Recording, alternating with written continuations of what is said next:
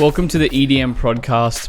If you're new, this is a podcast where we interview producers, artists, engineers, or anyone in the industry who we think that having on would benefit you. If you have been a long-time listener of the podcast, I know it has been a long time since there has been a previous episode. The last one was 153 with RAC, which Connor did.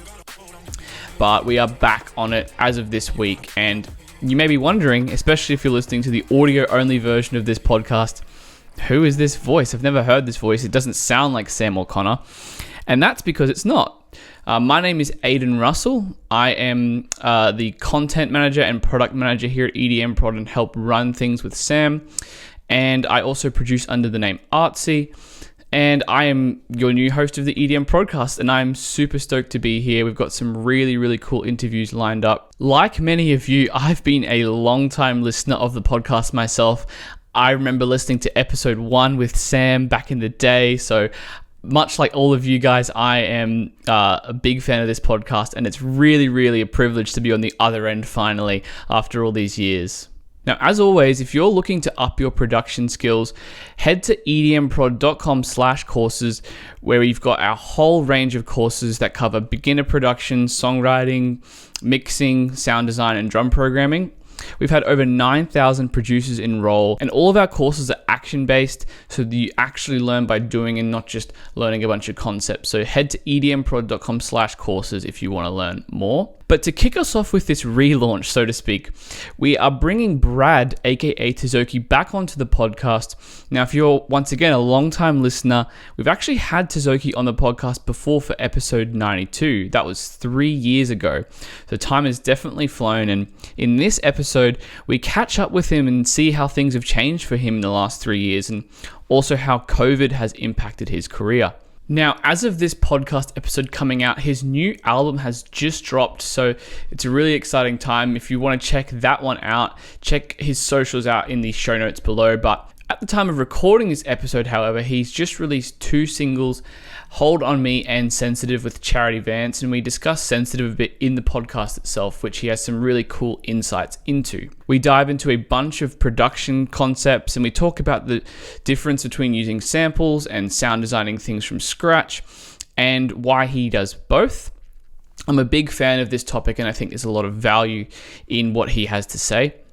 We also dive into other topics like the dangers of chasing success and how he experienced that early on and what he's done as a result and focused his energy on differently so he doesn't get caught up in always chasing the next thing and constantly feeling like you're never going to match up to the next person who's above you. So let's dive in without further ado to episode 154 of the EDM Prodcast with Tisoki.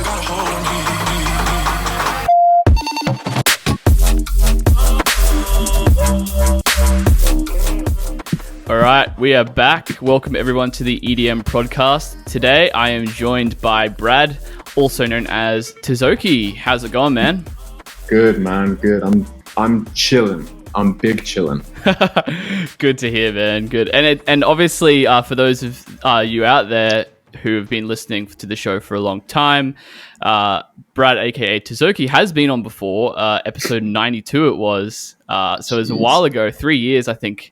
Man, it's flown by. I used to be a listener of this podcast, so I remember back to that interview. Man, it's crazy. Yeah, it's wild. Yeah, man. Dude, one thing I have to say is, for a British man, you have got a very convincing Australian accent. And I'm kind of like, are you Australian? Like, I know you're not, but...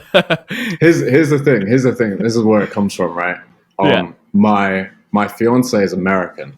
So I think over the course of the 4 years or so that we've been kind of living together, the mixture of like her strong American accent and my previous British accent, mixture of that, I think does sound Australian. But you're not the first person to say that. A lot of people ask me if I'm Australian. I'm like, no. Yeah. I had to, like, when I was doing some like research, I was like, I swear he hasn't like lived in Australia or anything like that. And I was like, because I listened back to the last one, I'm like, man, that's a convincing Australian accent.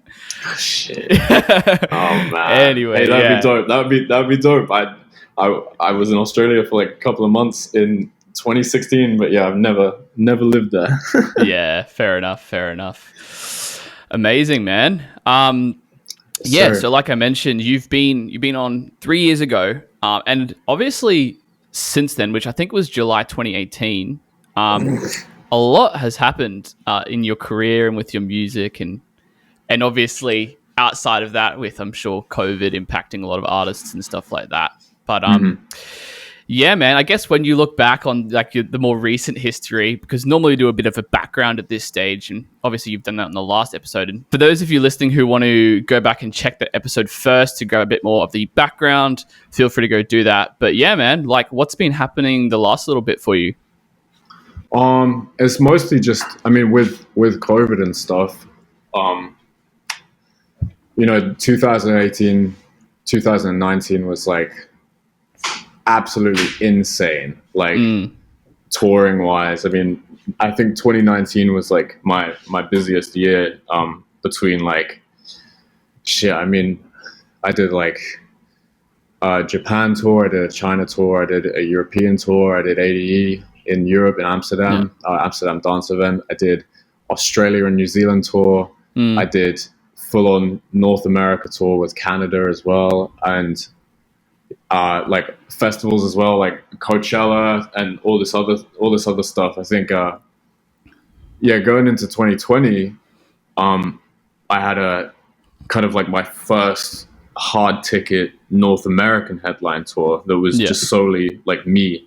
And when the pandemic hit, it was like, I don't know, it felt kind of like I hadn't had a chance to, I don't know, prove my worth yet. I think with, all the festivals and stuff, people can very easily come to a stage and check you out, and in Asia and stuff, it's completely different. But in America, I kind of felt like I didn't have a chance to, I don't know, prove myself, and don't get me wrong, I'm extremely blessed and thankful for the opportunities that happened in 2019. But yeah, man, like midway through, what was it, like March or something, when it was literally halfway through my tour. It started in February, and I think it was ending, sometime in April or May even. And yeah, man, it was just tough, because a lot of those shows that were coming up was like my first time playing in a lot of these places, to, again, just to prove myself. So going into 2020, when everything stopped and everything got cancelled and closed down, it definitely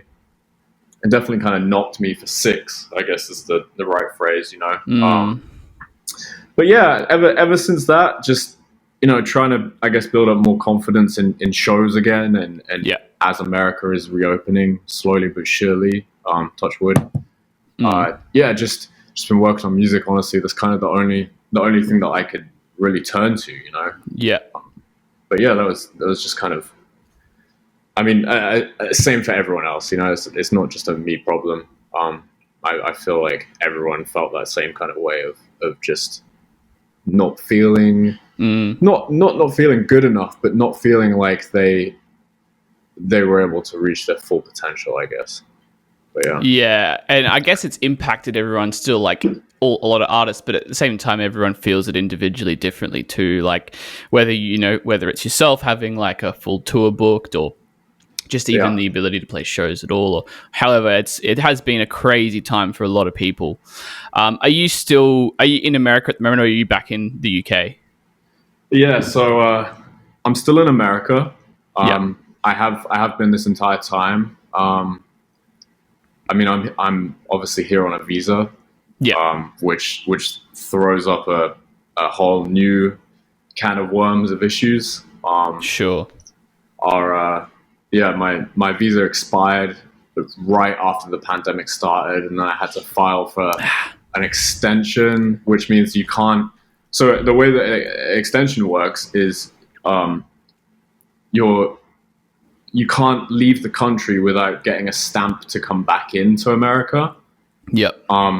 So because of COVID and all the embassies outside of America were closed, I could leave, but I couldn't get back in. And I got a house here, I got a car here, I got my girl here, I got the dogs here.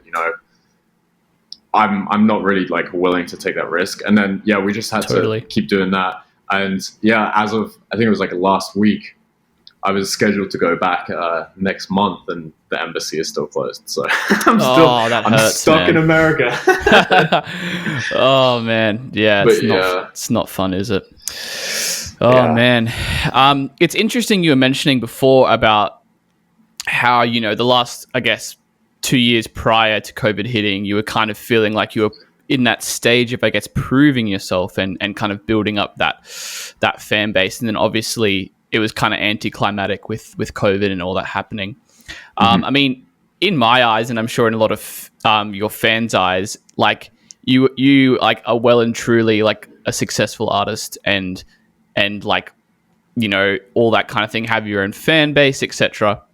Yeah. I think you mentioned something similar in like a UKF interview. Is that because, you know, you'd kind of gone through this phase of like thinking you had made it and then you kind of got complacent? I think we may have talked about this in the last interview or not. Can't remember. It's so long ago. Yeah. Yeah. I don't know. I you know, success is a very weird thing. Yeah. I think it's a constantly evolving cycle per se. I mean, sure, you know, and everyone, I mean, as I've gotten older, you know, I mean, 10 years ago, if I was to look at my life now 10 years ago, I'd be like, yeah, I'm fucking hot shit. Like, I'm unstoppable, blah, blah, blah. But I think maturing and, you know, experiencing the rest of the world and other people and, you know, different cultures and things like that, I think success is just kind of like a pipe dream. And I think fulfillment is more of an important thing than success. You know, I mean, there is always going to be someone who does better than you, makes more money than you, lives a better life than you, has a bigger house, nicer car, blah, blah, blah, blah, blah, blah, on and on and on, like with fucking everything. Like you go to a restaurant and you order a meal and the person next to you's meal is probably better than yours. You know, that doesn't mean that you can't feel fulfilled in, you know, your own food. But yeah, I don't know, like without rambling too much, I think complacency is a very dangerous thing because you never realize what else you can achieve with that. And I think if you're looking around and you go, yeah, I've made it, like blah blah blah, it's so dangerous because it stops that want for more. You know, it stops that yearning for the next thing, whether you class that as success or if that's just, you know, a bigger collaboration or something. So yeah, I mean, you know, anyone can say anyone's successful, and don't get me wrong, I appreciate the compliment so much, but it's just kind of like, just kind of doesn't register in my head because I know that, you know, for however many more people are less successful than me, there's 1,000 million more people who are more successful. Right. So, yeah. I guess that's kind of my view on it. But yeah, complacency and getting too comfortable is definitely like so fucking dangerous in any aspect of life. Totally. Yeah, I'd hard agree on that one. And like, I think I mean, it's kind of like the grass is always greener, right? Like there's always, as you mentioned earlier, there's always something that you can like improve on or do better at. And it's like, you think that you're going to have this objective level of like how you measure your success your whole life. And then you realize as you get more of it, it changes and you're always aiming higher. And yeah, it can kind of never stop. Hey, yeah, it's crazy. It's a lethal cycle, bro. So it's deadly. And people who chase it all the time are just, it's just not healthy at all. Yeah, it is a bit of a trap for sure, man. With that being said, though, because I think this is an interesting topic, someone who is starting to, I guess, you know, get that moderate level of success, and they're starting to get a few big releases, maybe starting to play some bigger shows. I mean, obviously at the moment it's a bit different with the landscape, but what would you say to someone who's kind of doing that so they like can, one, maintain their career and kind of have a sustaining thing going on, but at the same time not get trapped into this kind of, you know, endless cycle of improving and always looking to the next step and kind of getting caught in that vicious trap? You know, I think, I can't remember who said it, but a few years ago, someone told me a quote that was like, don't let perfect ruin good enough. And I think, you know, with the new kids coming up now, I don't know, let's say like hypothetically, the kid's like 18, he's playing a few big, or he or she is playing a few big festivals, big shows, or whatever. I think it's just so vital to work on not what is happening right now, because by the time you've already kind of processed it and taken it in, it's already been and gone.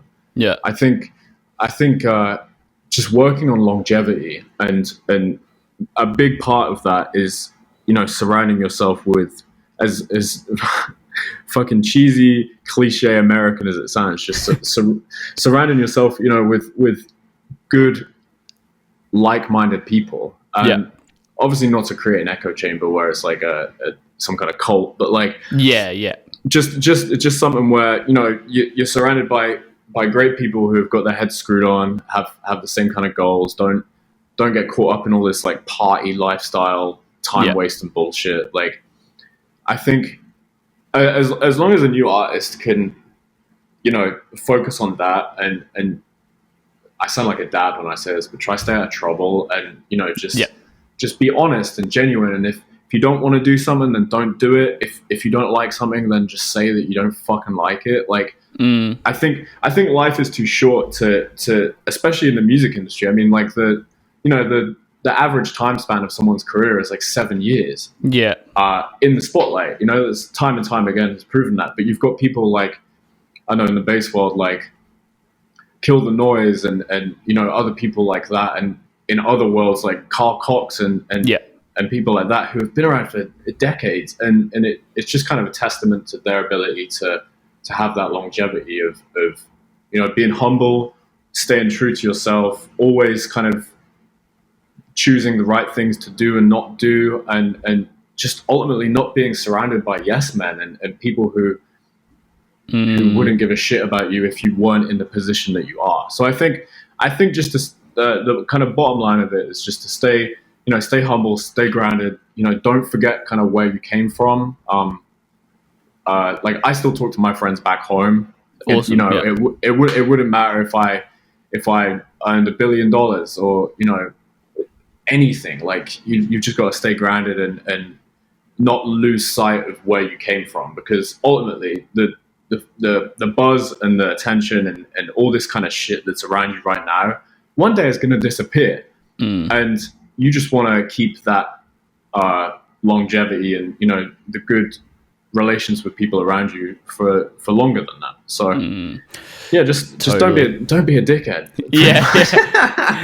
I think it's kind of almost like worn true, that advice, but it is true. Like it everyone hears it, but not everyone kind of takes it to heart a lot of the time, I think, because it's like, it's easy to get want to get caught up in what you're doing at the time. And it was actually really funny about like kind of staying true and don't do stuff you don't like. We had, I don't think it'll be out yet, but we had Umek on the podcast, who's like a techno guy. I'm not sure if you're aware, but he's been around for like 25 plus years now, and he's making techno for a lot of like his career, and then he like kind of had this interest in tech house and kind of switched his sound a bit. And he actually said he lost fans when he kind of chased this kind of and he wasn't necessarily just doing it for money. He said it was more of a curiosity thing for him, but he actually said he lost fans by kind of going down that path and not sticking true to what he wanted to do. And it's kind of funny. You think, these people like, sell out by doing things they don't want to do just for the money. And it's like, it doesn't necessarily always actually end up being a beneficial thing, even though you might think it will, I think. That's the scary thing as well. Is it's like, I mean, it also just depends on your fan base. Like, I think this is a lot of things that like managers, agents, PR, labels, and a lot of artists don't understand. It's like people will always try and, like, people who are working above you, or want to, like, not to shit on my managers, but like there's times where it's like, we should do this for the fan base, or we should do that for the fan base. And it's like, every single fan base is just, essentially, it's just a group of people, right? Yeah. Whether it's 10 people or 10,000 or 1 million people. And everyone's views are going to be slightly different. So it's like, one thing could work for others. Another thing could be disastrously wrong for other people. Right. Yeah. And it's kind of, I think that kind of holds true in the perception of how you came up, you know, with who you were just mentioning. I mean, 20 years is a fucking long time to be doing techno. And obviously a lot of his audience is going to be a lot older and a lot more mature and you know, have families and stuff. So it's like, it's very easy for them to switch and change. But when back to kind of like the previous question, when you're a young kid and, you know, you're coming up and you have people the same age as you listening to your music, you've got to really just branch out and grow while everyone is still open to that kind of thing, you know? Yeah, totally. I think, you're right. Like, and this is something I remember you mentioned in your last interview, is that like having like like, especially when you're small, I feel like it's fine to kind of try out different styles and genres. Got to. You have to, bro. You have to. Yeah, because you don't have an existing fan base to kind of disappoint yet. I mean, to put it harshly, like can't disappoint anyone if you haven't got any fans. No, exactly. Yeah. So I'd 100% recommend that as well. And obviously, this is something you've managed to do ongoing as well. Like one thing we'll talk about is your latest tune, Sensitive. We'll talk about that a bit later in the episode, but like that's a very kind of like still sounds like you, but it's kind of its own take. Is like the variety of sounds something you're still actively pursuing at the moment? I think so. I mean, obviously I kind of had my come up mainly in like dubstep, you know, heavy fucking bass music. But I think, you know, I've mentioned this before and somewhere else, and the weirdest thing is whenever I've only released, I think it's like 3 EPs. Majority of the rest has been singles, but like on the 3 EPs, right? For the 4th track, I always tried to do something like different. With I self-released an EP. I think it was like 2016, bro. So long ago. But the 4th track was like a future garage song, right? It was kind of completely left field. On that EP, that song performed the best. And then I released I released an EP of Never Say Die. And same thing. Last track was like, I guess you could compare it to like Jack U, kind of like more poppy, more vocal, like less kind of. And on Never Say Die, that song performed the best. And it's just like, wow. And then I was sitting here, and I was like, yo, like, you know, a lot of my work and a lot of my career is also, you know, producing for other people in the co-writing space and ghost production space, whatever. But I was like, fuck, man, like, why didn't I just like take a completely like left turn and make something just different? And I think that's kind of, you know, that with Sensitive, and I guess, you know, the rest of the album,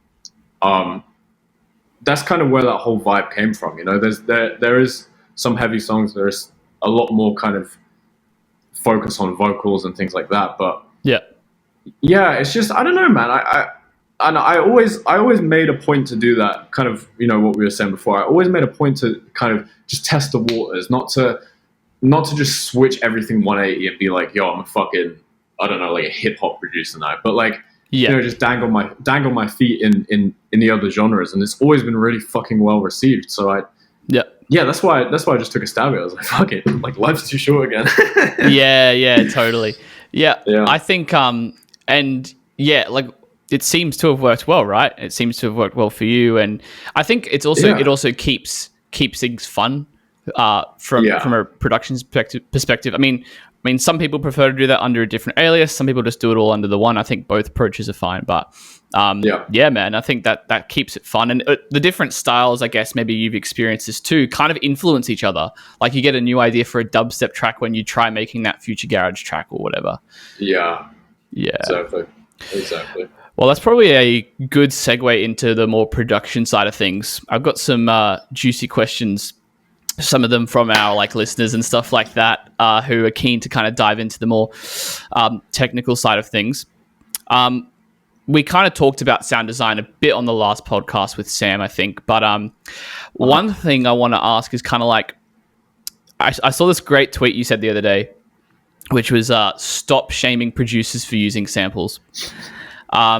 I love this. I love this, by the way. I think I love this topic of like sampling versus synthesis and I guess, yeah, like what's been going on in your production space regarding that? Like, are you using sample, synthesis, a combination of both? And yeah, how do you kind of work with them?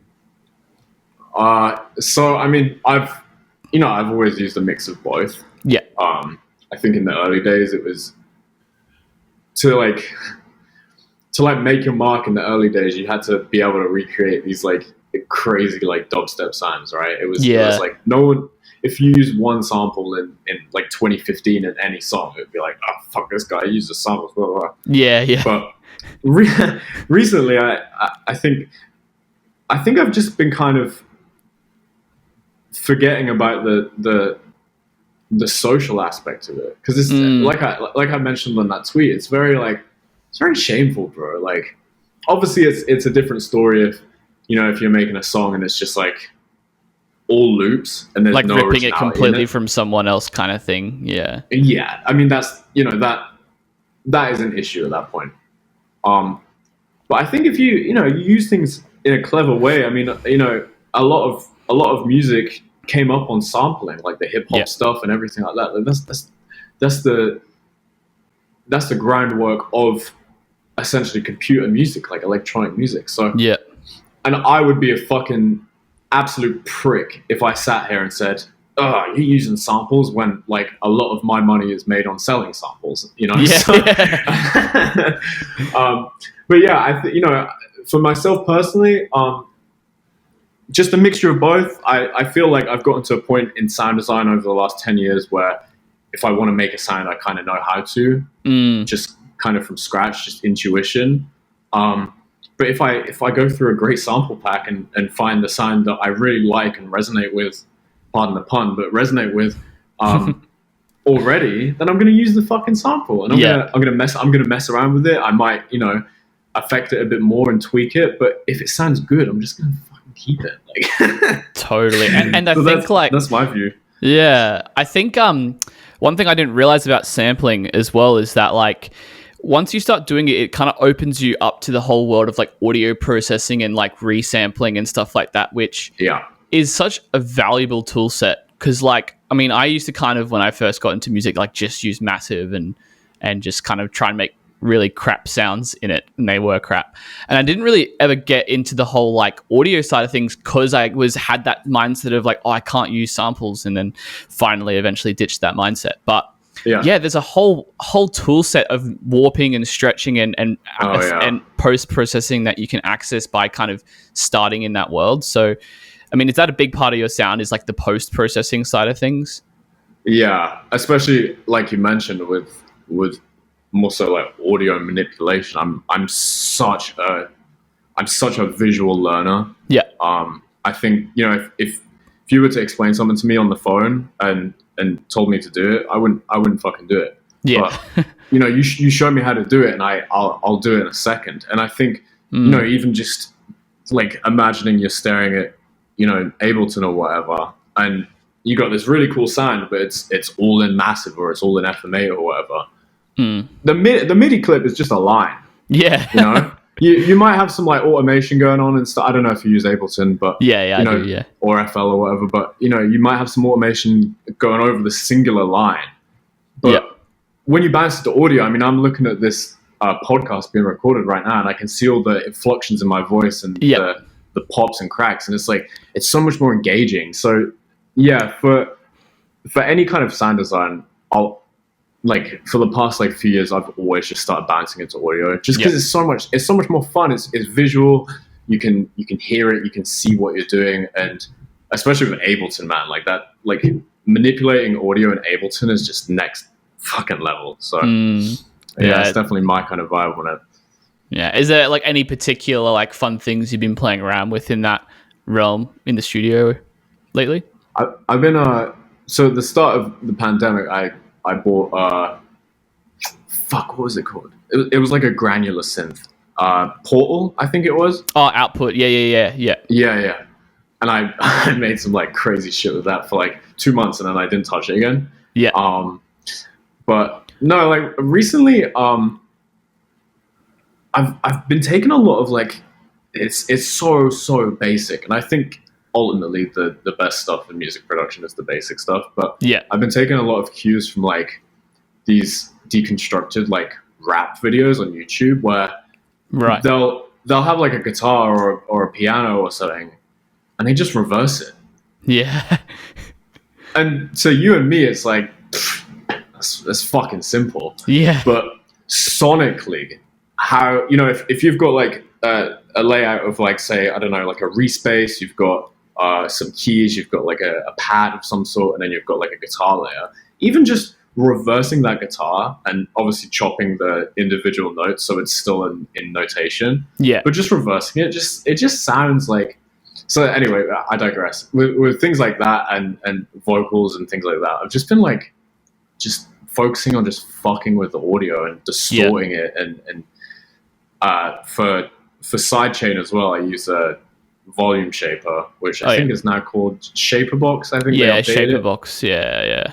So I'll have that for like the kick and the snare. But then what I've been doing is because everything is bussed through a group to run into volume shaper, I'll go into that bust group and put a utility on it, and then just before like the snare hits, I'll just duck all of the audio for like a millisecond. Yeah. So like a pre-sidechain, and it's so weird, but like just little things like that I've just been like fucking with lately. It's like a sucking effect into the kick or snare. Yeah. Yeah, it's not like Eric Prydz volume, but like yeah.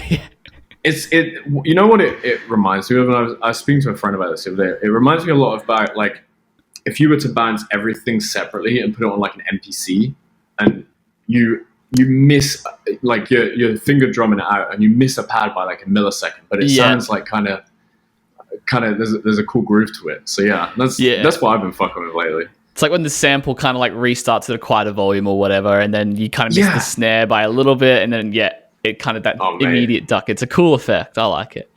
Yeah, it makes it feel a lot more human, I think. Yeah, which is important. I mean, I think with all the DAW technology at the moment, it's cool that we're able to kind of bring that element back into it in other different ways. 100%. That's cool, man. I wanted to ask you also about like, is there any kind of cool like layering techniques? And before you answer, I guess people just kind of chuck layering out there as this like, oh, this is a thing you need to do in order to make your sounds good. And it's like, well, you have to actually kind of know what you're doing with your layers. So like when you approach like, say, I don't know, putting a second layer to a bass, whether it's like some noise or whatever it is, like, do you kind of have any like ways that you go about that work really well in your music or anything like that? I think, honestly, with any kind of layering, it comes down to like two things, right? It's one is EQ, and the second is sample selection or sound design, whatever kind of. But for a lot of layering, it's a lot of samples because you layer like Foley noises or the a different pad sound. So for me personally, I think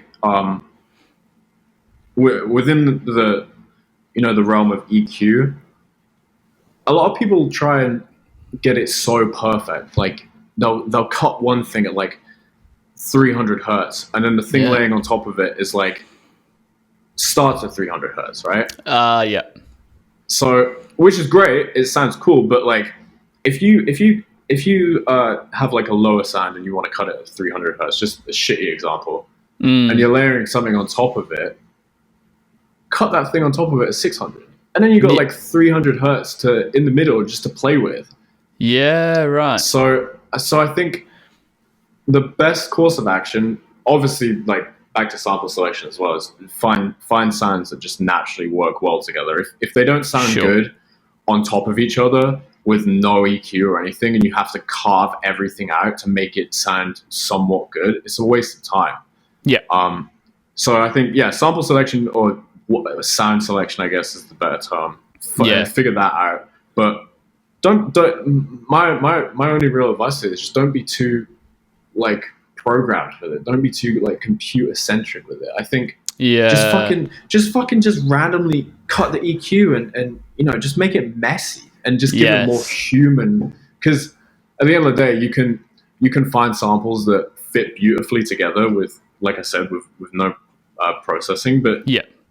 with just a bit of humanity within like the compression and EQ, it's going to sound even better rather than just like a computer made it. So that's kind of all I have to say on layering. I mean, it ultimately just comes down to the sounds you choose, you know, because no amount of post processing is going to make a shit sound good.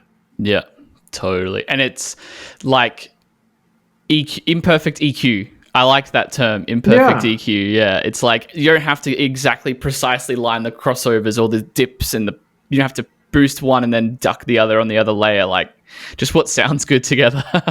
Yeah, man. Yeah, I spent too long trying to make everything meticulously perfect, and the second I just kind of, you know, stopped trying to please 50-year-old audio engineers, just made my life so much better. And it actually leads to a lot more creativity. You know, hearing the imperfections, you get a lot more inspired by something you're working on rather than just perfection. It's just boring. Like it's just so boring. At least to me. I know everyone's different. I'm not trying to shit on anyone else, but just for me at least, the imperfections make it so much better. Totally. I think that's like, you know, that's why we producers have started like layering like Foley or kind of like leaving some weird kind of reverb tails or adding the, you know, everyone's been kind of jumping on like all those analog plugins lately. I feel like that's kind of been more of a thing recently. Yeah, absolutely. Because everyone kind of wants that sound. And I think it's cool to kind of, not have everything on the grid or, I mean, whether that's that way or just noise in the signal or whatever it is, like, it's always good to do. Speaking of like boring, one thing, well, not boring, I'm talking about the opposite of boring now. One thing you've been doing is like, I've noticed in your tracks, you've been kind of having what I would describe as like shorter arrangements and shorter structures. Is that like a deliberate decision? And like one thing you managed to do, at least to my ears, is like you keeping things interesting kind of the whole time. So do you kind of want to share a bit how you go about that and what the motive is behind that? Yeah, it's funny you should mention that because like up until now I didn't even realize I was doing it. I submitted a remix the other day for someone and it was like 2 minutes and 8 seconds long and I was like, wait a minute. I don't know. I think you know, coming from the playing like dubstep shows and shit, it's very much just like build up, drop, build up, drop, build up, drop, and it's just like, mate, it's just fucking boring. Like to be like brutally candid with you, and you know, I just get so fucking bored of just the same shit all the time. Yeah, and that might mean I'm jaded. That might mean I'm getting old, but you know, but yeah, like, so I think within my own music, especially like these, you know, the newer things that I've been doing where they're more vocal driven and things like that. I would much rather just have a shorter song with more switch ups and interesting changes in it. Yeah. Than a longer song that repeats itself. And don't get me wrong, I'll copy and paste shit all the time. Like I'm not trying to front on not doing that, but But for like little intricacies and little things like that, and another thing as well is like a lot of pop music and a lot of popular music, I think it's just the listener's attention span. You know, no one really listens to a CD. You don't put in a CD in a CD player or, heaven forbid, a cassette. I'm really showing my fucking age. But you don't put in like a CD and listen to it from front to back anymore. You know, that's just not something that humans have evolved to do because everything is like fast food. So I think the attention span as well is, I'd much rather make a fucking really good song and do as much like variation and changes within under a 3-minute span than try and like put on this whole front of like, listen to it from start to finish, like flow with the vibe, like blah, blah, blah. And it's like an 8-minute fucking long song. Fair. So yeah, that's kind of just my take on it. I know a lot of other people disagree with me, but just the way that the music industry in a whole is going, it's a lot more fast paced, and my ADHD brain as well is just very like, oh, what do we do next? What's next? Blah blah blah blah. So totally, yeah. That's A lot of other people interesting. are doing it as well. Yeah, I think it's it is definitely a trend that's been happening probably even the last 10 years now. But Yeah. specifically, I think streaming has changed that. It's I was listening to this I think it was like an indie pop playlist the other day, and I was with my wife in the car, and she was like, these songs are all like 2 minutes long, and she'd never really realized it, because I guess like I grew up kind of late 90s. I'm 24, so I was born in 97, and I kind of grew up. I guess pop music was about that 3.5 minutes, 4 minutes kind of long, Yeah. and now it's kind of like 2 to 3 minutes. And if you're making like lo-fi hip hop, it's like 1.5 minutes, but or like less than a minute sometimes. But yeah, it's just kind of like she obviously isn't in the music world, and she kind of had that realization, music is now this short, but she hadn't actively noticed that. It's just kind of something that, yeah, as a music consuming society, I guess it's just like we've adapted to listening to shorter songs, and whether that's playlisting or whatever to blame or it's just wild. It's absolutely wild. It's very interesting, man. That is very cool, though. I'm gonna switch it up a bit. Yeah, so you're signed to Monstercat, and obviously the majority of your tunes are coming out on Monstercat at the moment. But I mean, in the past, you've kind of released on a lot of different labels. It's something I do as well. Like, I'm a drum and bass producer, but I guess, is that something that's intentional, or is it just you get hit up by a lot of people? And how do you balance all of that kind of process?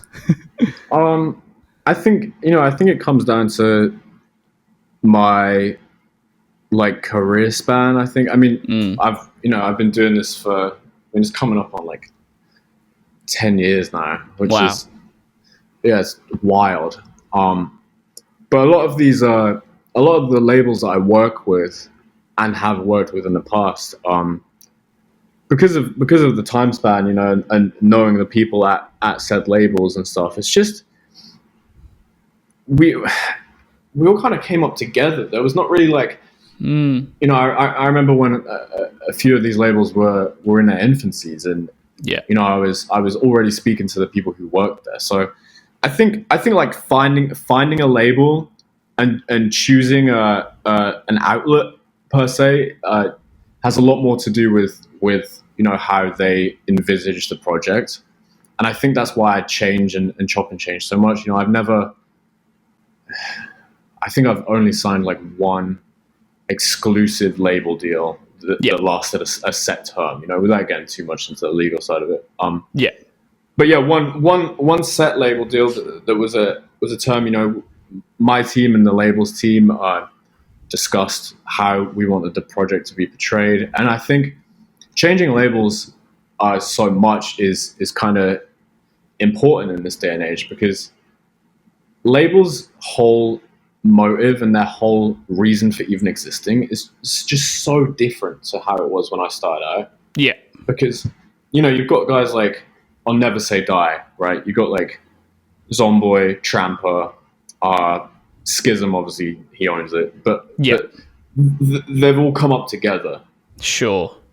And it was in Josh Zomboy's career's infancy, and it was in Never Say Die's start, where they all rose together. Everything came out together. But because a lot of these labels now have been around for so long, I think it's completely changed the way that it's changed the way that labels work. So my viewpoint on it is, I'm if I stop working with a label, it's not because there's any bad blood or anything. I'm close friends with a lot of these people from all the different labels I've worked with. I still stay in contact. I still stay up to date on the labels releases. I just look at it from my career in a sense of I want to create a moment, right? Yeah. Whether it be around an EP or two EPs or an album or a single, at least, I want to create a moment, and I'll come up with with my team and discuss all the things we want to do, whether it's music videos or cool social activations or shows or anything like that. And then we just go to like the people that we know and trust at all these labels and just see who resonates with them the most. You know, Awesome. Yeah. and I think that's the best way to go about it now as an artist coming up is you I think signing exclusive to a label at this point wouldn't be bad, but it wouldn't be good at the same time, you know, unless there's a label out there like, I don't know, like Bitbird, who do a lot of like the more chill stuff, or like Slander and Nightmares label.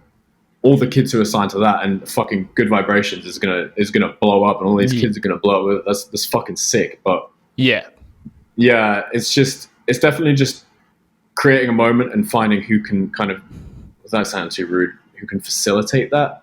Yeah, I guess. Totally. No, I think no that's bad blood. Yeah, that's a very good point.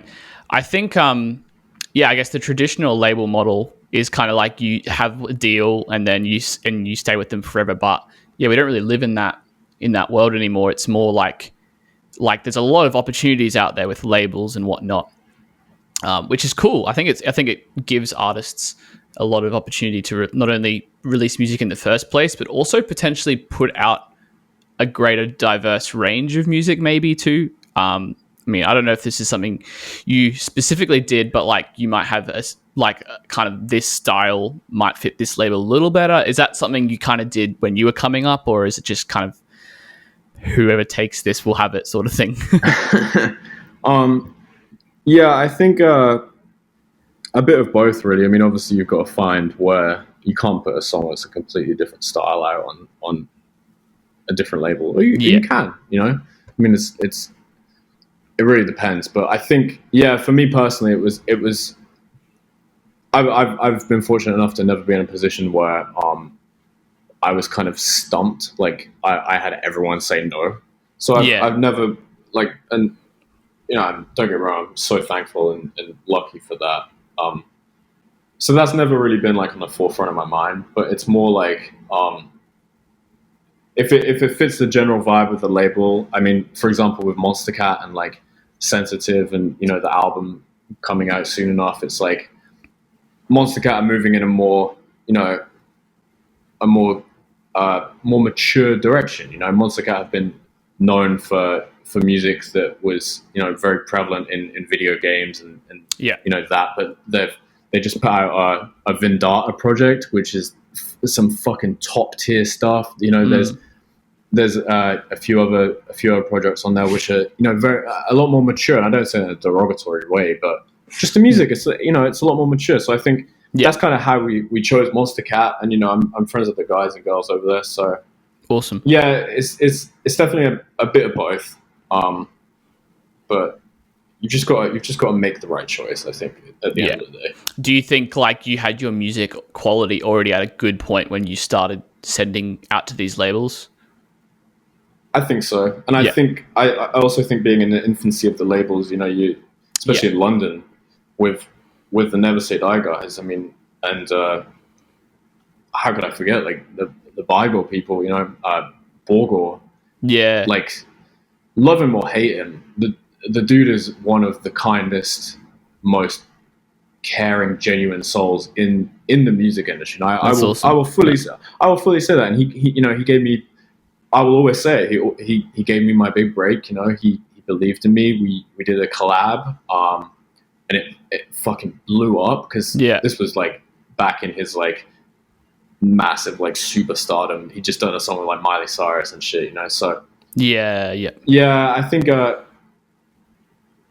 being around the people before they even started working at the label, you know, you've already formed that connection.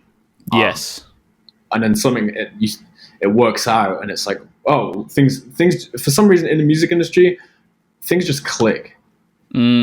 And you can never anticipate it, and you can never force it to happen. But sometimes things just click. 100%. Yeah, that's interesting. One last question on this topic of like labels and releasing and stuff. What are your thoughts on, like, I guess there's a whole trend of people who are now kind of opting to cut the label out of the equation altogether and are opting for the self-releasing path. Something I've done and kind of am doing less of these days. I know a lot of other producers out there are definitely experimenting with this. What are your thoughts on it? And like, what should producers be doing that, especially when they're new?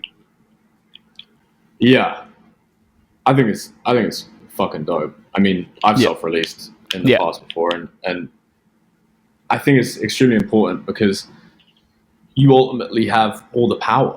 Yeah, and I think a label is really good when you want to do things that you are unable to do yourself. Whether it be playlisting or, obviously you're not going to have a direct contact to Spotify, but if a label can provide that, then you work around that. So sure. But yeah, self-releasing. I mean, I self-released a song 2018, right? It was called Depression and Anger. Just this stupid fucking dubstep song, right? I had 100% writing and royalties and everything on it, and I just put it up. And the amount of money that I made on that was able to sustain me living in LA for like 4 or 5 months when I first came to America. That's awesome. So it's like, if smaller artists can do that and, keep all that power to them, and, they're obviously really good at production and network, I hate that phrase, but like, connect with other people around them to like bring their own music up, and they can keep all that, all the royalties and all the power to themselves. And yeah, I think that's the way that a lot of it is going. I think when it's on a much bigger scale and a more commercialized scale is when kind of labels are good to step in. But until that point, self-releasing is literally the way to go. I'd be self-releasing right now if I had it my way. Totally. Yeah, I think it's also great between like, label releases can sometimes be few and far between, especially when you're like newer. So I think like self-releasing can very easily fill that gap. And yeah, as you said, you keep 100% of the stuff a lot of the time, unless you're working with other people, of course. But yeah, I think it's a very valuable tool that a lot of producers can use as well. Yeah, absolutely. Awesome, man. Well, let's switch things up. I want to talk about your latest track. So that's Sensitive with Charity Vance.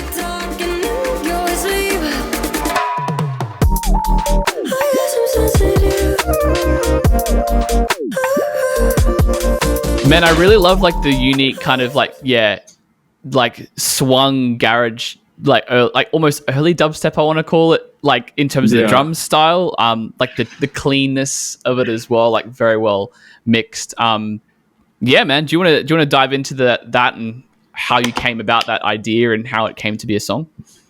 Yeah. So I was in LA in a studio just trying to like finish up things for the album, and Charity, the vocalist, she's a good friend of mine. We've worked on stuff before, and I was kind of just stuck on what to make and what to do. So I said to her, I was like, come through, bring any demos that you have or anything that you want to work on.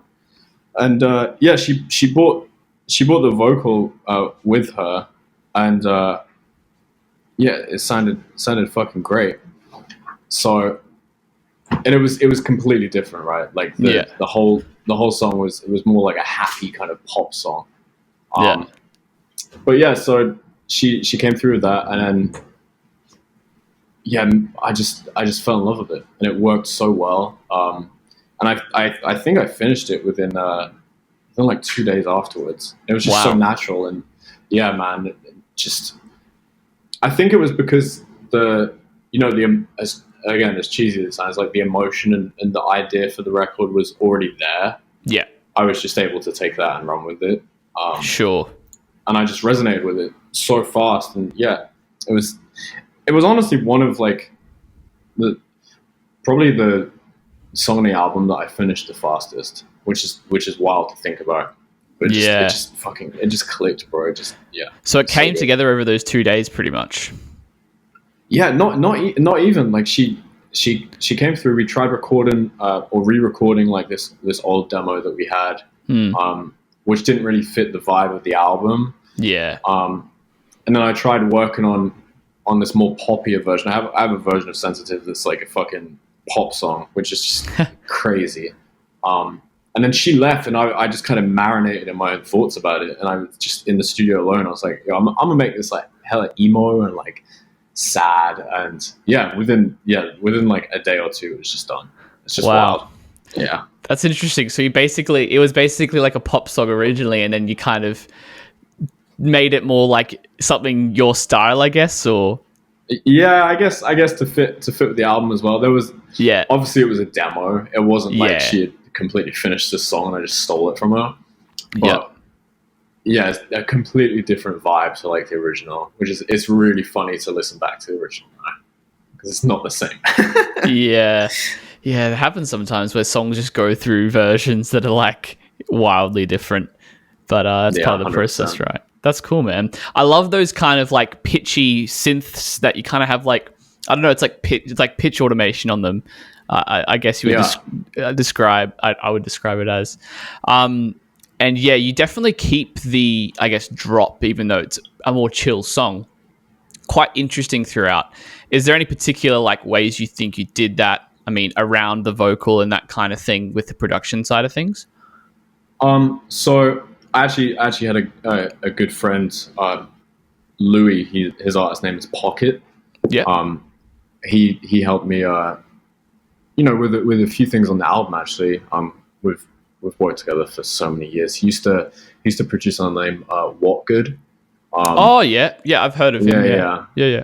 But yeah, he's like my best friend in the entire world, and he helped with a few of the songs on the album. And when working with him, I just feel this like really weird, different kind of inspired that I don't feel by myself. Because he's so much more into like the the garage world. I mean, he's released a couple of songs under his new project, which is just absolutely incredible. But yeah, so I think bouncing ideas back and forth off each other, I think obviously is a more collaborative process. Yeah. But yeah, and within that drop, I guess, like you were saying, Charity, the vocalist, the only thing that she said was she wants to keep the vocal chops in the drop. I'm guessing sensitive. She was like, that's the only thing that she wanted, and she was like, just do everything else with it that you want. So cool. Yeah, just a really fucking cool collaboration between the three of us. It was just so natural and so good. Yeah. That's awesome, man. I love it. Yeah, there's definitely an energy you get from collaboration like that you just don't get. Every producer's unique, right? Like they're going to bring something different to the table. That's really cool, man. You mentioned your album, which is something that's going to be coming out later this year. What can you share with us? I know you're trying to keep it under wraps, but yeah, what can you share with us so far about that? So it's 10 songs. Yeah. Which is like the biggest project I've ever put out before. Awesome. Because I've only ever done like EPs and singles, like I said before. But yeah, man, it was just like the whole basis for it, right? Is I'm fucking stuck in America, and the pandemic hits, everything gets cancelled, like we all lose our livelihoods and shit, and a part of me just wanted to go home. Yeah. I had like a really like towards the start of April and stuff. I just had a really like fucking hard time, and without getting too personal, I had to like lean on my partner a lot, and she was great and has been great for all of this. But yeah, the whole kind of essence around it was just like missing home, right? And I was considering it. I was like, fuck, what do I do? So again, back to the cheesy shit, but I just poured it into music, and a lot of the records on the album come from that feeling that I felt when I was like 15, 16, coming up in the UK and being around all these people, and back at a time where Scream and Banger was still on Radio 1. And like good times. And like and Burial was all over the radio, and I love Burial. Yeah. Quartet and people like that, and that's kind of that was my whole essence around the album. I didn't want to like forget my roots or move away from that. And I think for my first like ever album that I'm putting out, it was really important to me to almost pay like homage to where I came from and where I grew up, and kind of sounds and feelings that inspired me from, such a young age. Totally. I guess, I mean, Yeah. I kind of hate describing it like this because it's sometimes not as clear cut, but you've kind of got the two worlds of bass music, like the UK side of it and then the US side of it. And I guess your music I would describe as the more, definitely influenced by the US side of it. But is this kind of more of a diving back into your UK roots sort of thing? Yeah, I mean, what's crazy is I wouldn't even I think there's one song on the album that I would class as bass music. Wow, that's cool. Yeah, the rest is just really left field. Like there's like a hip hop rap record which is very very Americanized. Like I won't try and front on it, but there's no drop in it. It's just like a really cool beat and some vocals. There's like some garage stuff, obviously sensitive. There's like an old school kind of dubstep record, and then there's the one like bass music record is like this fucking dumb thing with like a flute in the drop. So it's none of it's even dubstep, which I'm cool. Really pumped about. And I know a lot of people are like apprehensive because they're scared that that's going to change, or I'm changing how my music is going to be in the future. But no, this is just the moment. This is the culmination of being in a fucking lockdown for a year and being so far away from home that you just want to relive it. It's not me changing the whole direction of my project. Totally. And I guess like an LP or like a full album, like it's going to be like, it's a big project that you invest a lot of time, energy and emotion into, right? Like, so it's going to be very reflective of where you're at, and that may end up coming in like 5 different styles or however many different styles across the album, right? Like I think that's fine. Yeah.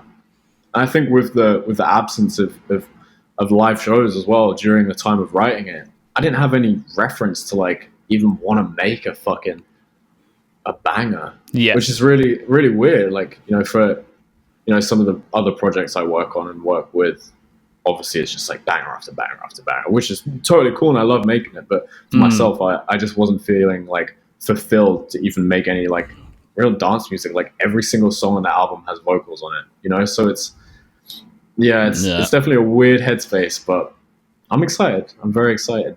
Awesome, man. No, I'm keen for it to come out. Besides the album, do you have any like other kind of projects that you know of coming up in the next 0 to 12 months that you can talk about? Just a few remixes. For a couple of friends. I just finished up one for Must Die. Cool. Which is more of like on the bass line kind of front. Sweet. I did one for Smoke Pub and Wookie. It's like more trap, yeah. But I don't know when they're coming out because the whole like album thing. I just just a few things here and there. I'm really just trying to like really just hone in on making like the album release experience kind of cool, because a lot of people, I'm just so bored of the whole like put up artwork, put a pre-save link, done. I want to keep up like cool things. Like we shot some really cool videos over the past couple of months for the album, and like just make it like fun and interesting and awesome. So that's kind of what I'm focusing on, rather than just treat it like, I feel like if I put more time and effort into treating it like an album, I feel like it would be more well received rather than just slinging it up and being like, here you go. Yes. Because that's when people forget about it and don't resonate with it as much. So totally just trying to focus on that, man. Yeah, take like the whole release experience into account. Yeah. Fuck it, man. Why not? Yeah, it's good. I mean, there's a lot of music coming out these days, so you gotta make the most of it while it comes out. It's an exciting time, man. Sweet as. Absolutely. Well, we're about to wrap things up here, but I've just got one last question for you, and this is something I'm asking everyone who comes on the show at the moment. I guess when we, as producers, build careers or make music or whatever, we make a lot of mistakes. But if you had a time machine, what is the one thing that you've learned from now that you would go back and change, or at least share with producers so that they can avoid doing the same thing? Fuck. Oh, man. Like production-wise or like whole career-wise? Could be either, man. Like whatever comes to mind first. I would say just in the very early days, I definitely like developed a bit of an ego. Yeah.